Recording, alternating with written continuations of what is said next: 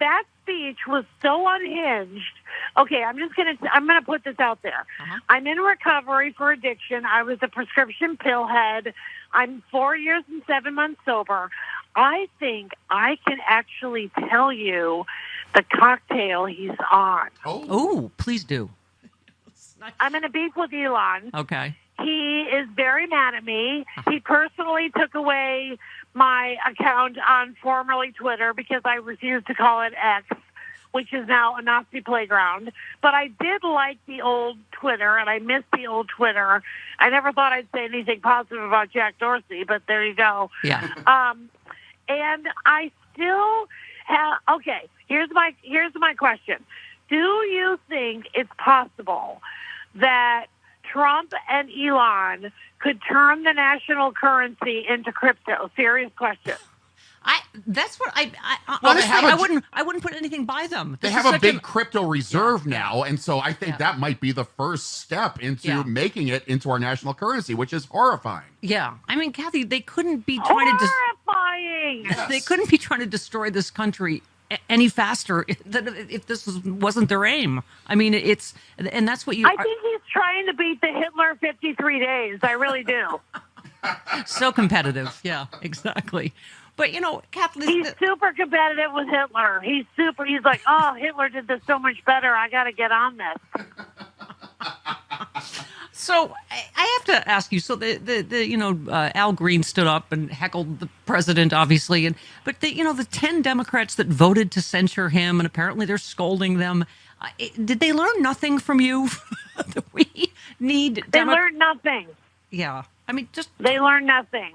Look, we got to stop bringing a knife to a gunfight. Yep. And I'm not suggesting guns. I don't have any, and I'm a total pacifist. Yeah. But the point is, metaphorically, we keep saying stuff like, the institutions are holding. We have a SCOTUS that is illegitimate. And I know that sounds tinfoil hat, right, but it's freaking true. It's true. And so if that doesn't make you realize what we're in the middle of, I don't know what will. But I'm on a mission because I live in California, and yet I don't feel as protected as my friends in red states. They must be like, oh, they're like, you're fine. You live in California. No. The deal with California is too many people here don't pay attention. And I know I'm being a judgy B word, but I'm from Illinois. I'm from Chicago. It's a very political town. You talk politics all the time, whether you're a political person or not. And in California, I'm terrified the most of the apathy. What can we do to get our good friends and relatives? Because we all know those people that just go, oh, the news is just too negative, or it doesn't matter. They're all the same. How do we get people to realize this is it, people? Yeah. I mean, 84% turnout in Germany to say no thank you to Nazis again. When are we going to get to that where, we don't have this majority that, just like you say, they go, oh, I don't do politics. Well, politics is going to do you. Yep. You're going to lose your Social Security. Right. Yeah. Yeah. I mean, okay. And then when are people going to get, what do you think is the first thing they're going to actually do that's so seismic that everyone, not just government workers, but every American is going to go, oh, my God, now I realize this is because of a Trump policy? Yeah. Yeah. No, exactly. I keep saying, Kath, I think the only thing do you think it's going to be Medicare? Do you think it's going to be Social Security? Well, this is what I keep saying when they go, oh, I didn't vote for this. It's like, yes, you did, but you voted for it to happen to other people. And now that it's happening to you, I mean, Kath, I assume they're going to come back to our side out of the same reason they left, for selfishness, because it's hurting them personally, right? Yes. I mean, but boy, they're taking their time. I mean, once Medicare and Medicaid are gone, they're going to be gone for a real long time. And also, people need to take him seriously when he says there aren't going to be any more elections. Because if one more of my, and they call me this word, libtard, if one of my beloved libtard friends is like, we're going to fix this in the midterms, I'm like, if we have them. Yeah. No, it's not hyperbole. Did you enjoy the part of his speech where he said they're for free speech? Okay.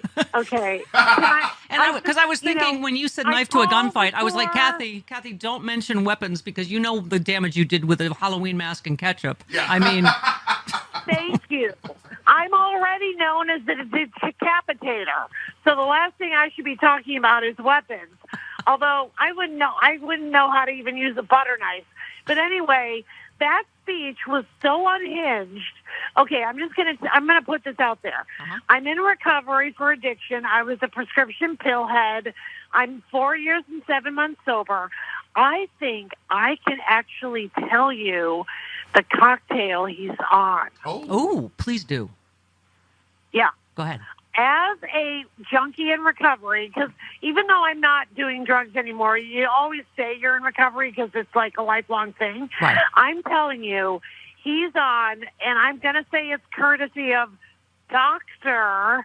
Ronnie Jackson. Yes. Somehow yes. Doctor is before his name. Anyway, I'm telling you, he's on a speedball. He's on probably Oxy, which he's crushing and snorting.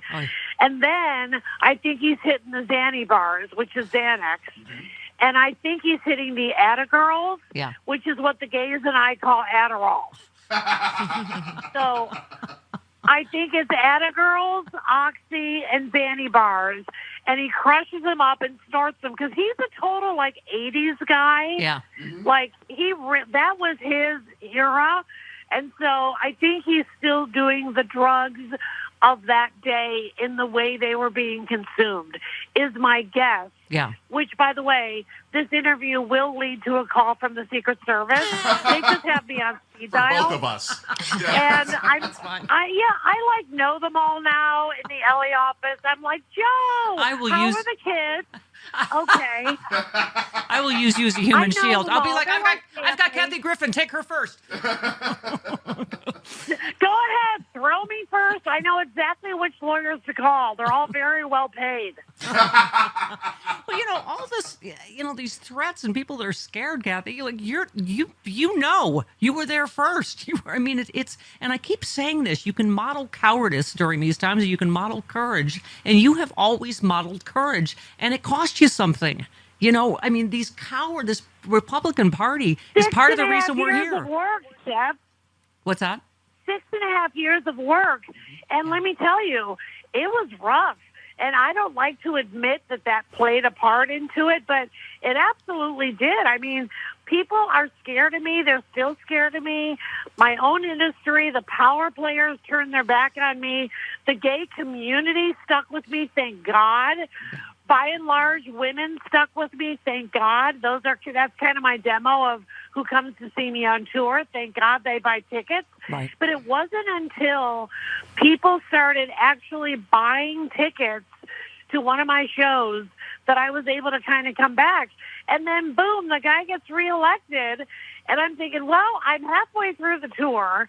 I don't talk about him all that much in this tour. Right. I did a tour right after the decapitated head picture called Kathy Griffin, A Hell of a Story. Yeah. I made a movie about it. You can see it for free on Amazon. But this tour, I do mention him a little bit because how can you not? Yeah. And he's doing something in his diapers every day that I may have to acknowledge. And so I have fun when I can, but it's not largely a political show. Right. And not because I'm scared of him, because I already know what he can do to me. But I just feel like this is the time when we do need to stand up, and whether or not it's you and I telling our jokes, but in a way, spreading the word as well. Wake up, folks. It's here. Yeah. And so we can laugh together. And every show I say, look around you because this is your community.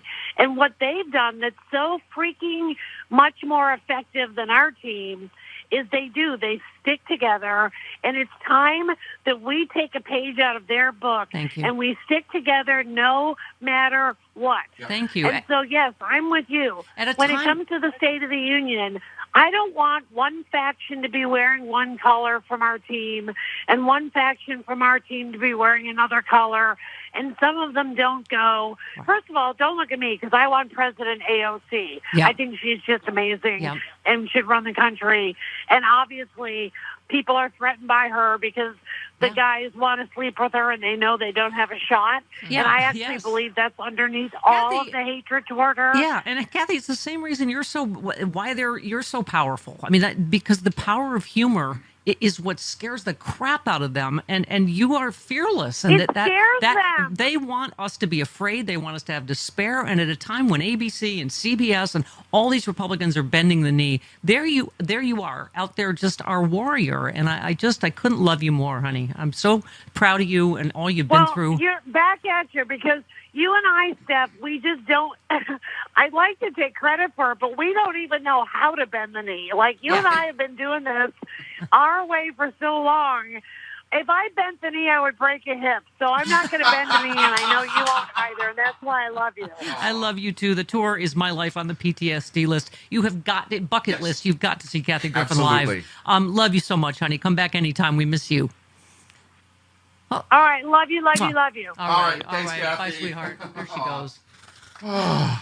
She makes me tear up a little bit. That is bravery. That is what it looks like. She's been a friend of the show since the 90s. Oh, God. Oh, hey there. It's Stephanie Miller. If you're like me and you love sharp political insight, pointy, you like it pointy and sharp, bold opinions, and a touch of humor to make sense of these crazy times, have I got some fantastic news for you. The Political Voices Network is now on Substack.